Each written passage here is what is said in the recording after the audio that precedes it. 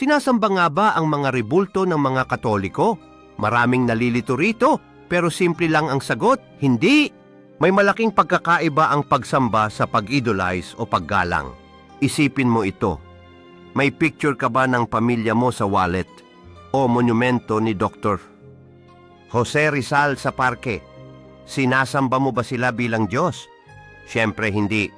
Ginagamit natin ang mga ito bilang paalala sa mga taong mahalaga sa atin. Sa Biblia, sa Exodus 25, ang Diyos mismo ang nagutos na gumawa ng rebulto ng mga anghel, cherubim, para sa kaban ng tipan. Ibig sabihin, hindi lahat ng imahe ay bawal. Ang bawal ay yung ituring mong mismong Diyos, ang kahoy o bato. Ang pag-idolize kay Birheng Maria at sa mga santo ay pagkilala lang sa kanilang kabutihan, parang paghanga sa paborito mong artista o bayani. Hindi sila kapalit ng Diyos. Sila ay inspirasyon para mas mapalapit sa Kanya. Respeto, hindi pagsamba.